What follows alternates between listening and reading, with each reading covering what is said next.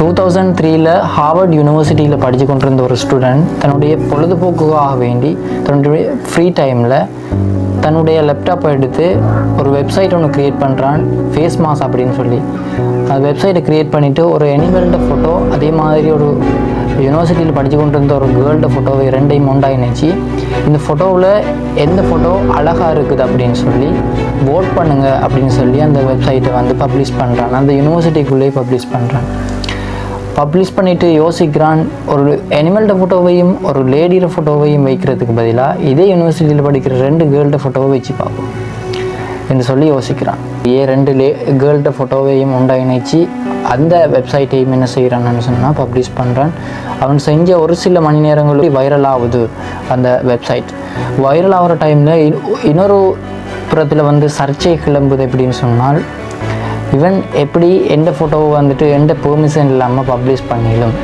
இன்னொரு சைட்டில் நான் அழகாக இருக்கிறேன், அதனால் எனக்கு கூடுதலான ஓட்ஸ் விழுந்திருக்குது அப்படின்னு சொல்லி நிறைய வகையான சர்ச்சைகள் கிளம்புது. அப்படி இருக்க போக்கில் யூனிவர்சிட்டியாலேயே அவனை அழைச்சி அவனை வந்து வார்ன் பண்ணுறாங்க, இது வந்து இல்லீகல், இப்படி செய்யக்கூடாது அப்படின்னு சொல்லி வார்ன் பண்ணிவிட்டு அவன் க்ரியேட் பண்ண அந்த வெப்சைட்டை வந்து பேன் பண்ணுறாங்க.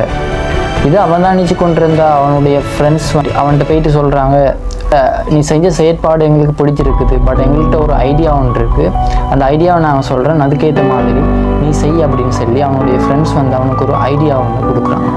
அவங்க கொடுத்த ஐடியா எப்படி இருக்குன்னு பார்த்தீங்கன்னு சொன்னால், நீ இதே மாதிரியான ஒரு வெப்சைட் ஒன்று க்ரியேட் பண்ணணும், அதில் எங்களோட யூனிவர்சிட்டியில் உள்ள ஆக்களோட நாங்கள் தொடர்பு கொள்ள வச்சுக்கொள்கிற மாதிரி மெசேஜ் இருக்கணும், அதில் அதே மாதிரி ஃபோட்டோஸ் வீடியோஸ் ஷேர் பண்ணுறதுக்குரிய ஆப்ஷன் இருக்கணும், அது இந்த வெப்சைட் இருக்கணும் அப்படின்னு சொல்லி இவனுக்கு ஐடியா கொடுக்குறாங்க. அதை கேட்ட இவன் 2004 த ஃபேஸ்புக் அப்படின்னு சொல்லி ஒரு வெப்சைட் ஒன்று க்ரியேட் பண்ணுறான். அவங்க சொன்ன மாதிரியே அதில் அவங்க கேட்ட எல்லா ஆப்ஷன்ஸையும் கொண்டு வரான். அது அவன் கொண்டு வந்த கொஞ்ச நாள் ரீச்சையும் காணுது.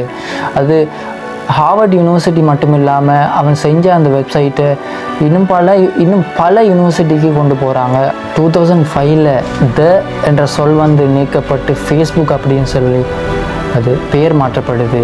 அதுக்கு பிற்பாடு 2006 அது மக்கள் பாவனைக்காக யூனிவர்சிட்டி ஃபெஸ்ட்டுக்கு வந்து அவன் க்ரியேட் பண்ணி யூனிவர்சிட்டி ஸ்டூடெண்ட்ஸுக்காக மட்டுமே அது பயன்படுத்தக்கூடிய ஒரு ஆப்ஷனாக இருந்தது.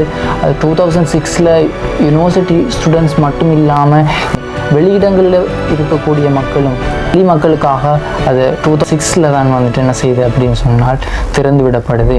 அதுதான் இன்றைக்கு நானும் நீங்களும் யூஸ் பண்ணி கொண்டிருக்கோம் ஃபேஸ்புக் அப்படின்னு சொல்லக்கூடிய ஒரு அப்ளிகேஷன். இன்றைக்கு மிகப்பெரிய ஒரு பிளாட்ஃபார்மாக மாறி இலங்கையில் மட்டுமல்லாமல் உலக நாடுகளிலும் மிக பிரபலியமான ஒரு அப்ளிகேஷனாக மாறி இருக்கின்றது. அது மட்டுமல்லாமல் உலகம் பூராகவும் அதிகமான மக்கள் பயன்படுத்தக்கூடிய ஒரே ஒரு அப்ளிகேஷன் முதல் இடத்தை பிடித்திருக்கிறது அப்படின்னு சொன்னால் அது ஃபேஸ்புக் தான்.